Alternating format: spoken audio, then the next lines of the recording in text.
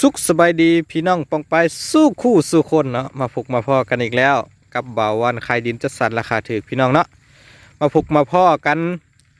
ค่อยค้ำยำแรงพี่น้องเนาะมาเจอกันตอนสวยหลายวันนี้มาเจอกันตอนแรงเนาะวันนี้พ่อข้าจะมาให้เบิ่งบรรยากาศดีๆเนาะพี่น้องเนาะ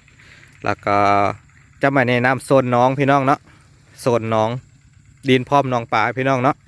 ซื้อดินพร้อมน้องแล้วก็พร้อมปลาอีก700 ตัวพี่น้องเนาะสำหรับคนที่มักวิธีธรรมชาติเลี้ยงปูเลี้ยงปลาเลี้ยงเป็ดเลี้ยงไก่เลี้ยงกบเลี้ยงกุ้งเนาะปลูกผักเลี้ยงสัตว์เนาะตัวนี้เป็นเหมาะสมเลยเนาะพี่น้องเนาะมีทั้งสดทั้งผ่อนเนาะพี่น้องเนาะผ่อนฟรี2 ปีดอกเบี้ย0%ไปเลยเนาะพี่น้องเนี่ยเดี๋ยวพอข้าจะพาไปเบิกเนาะบรรยากาศน้องแล้วก็วิวงามๆพี่น้องนี่เลยเนาะพี่น้องเนาะตัวนี้จะเป็นน้องพี่น้องเนาะเป็นดินพร้อมน้องขนาดน้องจะแม่15 คูณ 20พี่น้องเป็นขนาดที่เหมาะสมเนาะแก่การเลี้ยงปูเลี้ยงปลาเลี้ยงกบเลี้ยงกุ้งพี่น้องเนาะนี่เนาะมีน้ำให้พร้อมเนาะพี่น้องเนาะทางหน้านี่จะเป็นดินเป่าวางพี่น้องเนาะเป็นดินเป่าวางสำหรับปลูกเฮือนปลูกตูบพี่น้องเนาะขนาดดินจะเป็น27 คูณ 35พี่น้องเนาะ27 คูณ 35เป็นเนื้อที่ที่เหมาะสมแก่การปลูกตูบเลี้ยงปูเลี้ยงปลาเลี้ยงกบเลี้ยงกุ้งเนาะพี่น้องเนาะสำหรับคนที่มักวิธีธรรมชาติพี่น้องเนาะเป็นดินพร้อมน้องซื้อมือนี้แถมฟรีไปเลยพี่น้องเนาะปลาน้อย700 ตัวพี่น้องเนาะแล้วก็พร้อมสวนลุดพี่น้องแล้วก็พร้อมของแถมแล้วก็ผ่อนฟรีไปเลยพี่น้องเนาะ2 ปีดอกเบี้ย0%พี่น้องบรรยากาศก็ดีนะพี่น้องเนาะบรรยากาศก็ดีวิวก็งามพี่น้องเนาะสวัสดิ์เสวย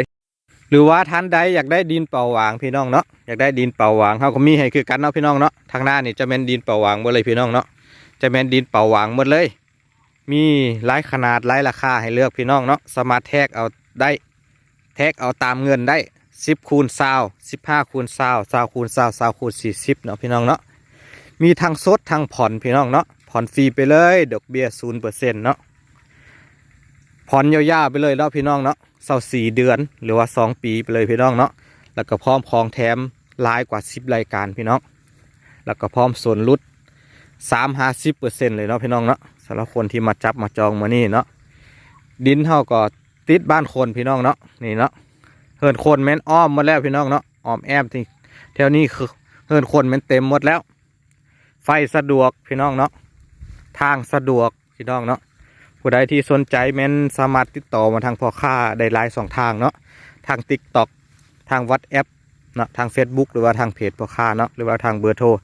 สนใจติดต่อมาได้เด้อ